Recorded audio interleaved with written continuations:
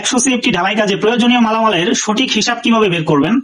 একজন civil engineer বা supervisor নির্মাণ কাজের সঙ্গে জড়িত ব্যক্তির জন্য এই হিসাব জানা খুবই গুরুত্বপূর্ণ।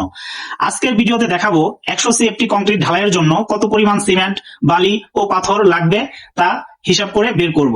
সো বন্ধুরা, ভিডিওটি খুবই গুরুত্বপূর্ণ, মনোযোগ সহকারে ভিডিওটি শেষ পর্যন্ত দেখুন, তাহলে আর ঢালাইয়ের হিসাব নিয়ে আর কখনো সমস্যায় পড়তে হবে না। এখনো যারা আমার এই চ্যানেলটি সাবস্ক্রাইব করেননি তারা অতি দ্রুত সাবস্ক্রাইব করে নিন এমন গুরুত্বপূর্ণ ভিডিও পেতে। আর যারা এখন পর্যন্ত সাবস্ক্রাইব করেছেন তাদেরকে অসংখ্য ধন্যবাদ। চলুন বন্ধুরা, মূল ভিডিওতে চলে যাই। 100 সিএফটি ঢালাই কাজে মশলার অনুপাত 1:2:4। অনুপাতের যোগফল 1 + 2 + 4 = 7। আমরা জানি আর্দ্র মশলার পরিমাণ 100 সিএফটি। 100 সিএফটি আমাদের ভেজা অবস্থায় আছে, তো এটাকে আমরা শুকনা মশলার পরিণত করব। তার জন্য আমরা 100 কে 1.5 মানে 1.5 দিয়ে গুণ করতে হবে।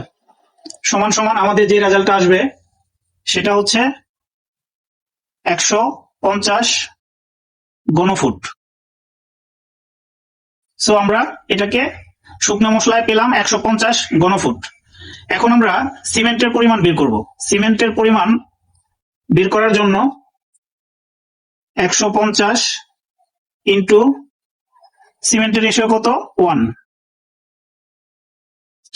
ইন্টু 1 ব্যাগ সিমেন্ট সমান 0.80। আমরা টোটাল রেশিও কত পেয়েছি 7।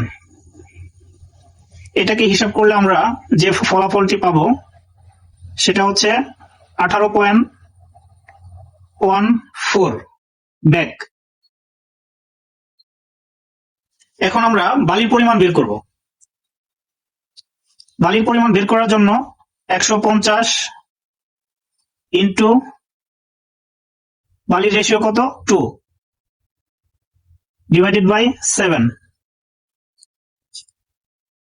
এটাকে আমরা গুণ করলে যা পাবো সেটা হচ্ছে 43 সিএফটি। আমরা বালি কত পেলাম 43 সিএফটি। এখন আমরা বের করব পাথরের পরিমাণ। তো পাথরের পরিমাণ বের করার জন্য সেম বালির মতো 150 ইন্টু পাথরের রেশিও হচ্ছে 4 ডিভাইডেড বাই 7। এটার ফলাফল যা আসে 86 সিএফটি। তো আমরা 100 সিএফটি ঢালাই কাজে সিমেন্টের পরিমাণ পেলাম 18.14 ব্যাগ, বালির পরিমাণ পেলাম 43 সিএফটি, পাথরের পরিমাণ পেলাম 86 সিএফটি। সো বন্ধুরা, এমন আরো প্রয়োজনীয় ভিডিও পেতে সাথেই থাকবেন। ধন্যবাদ।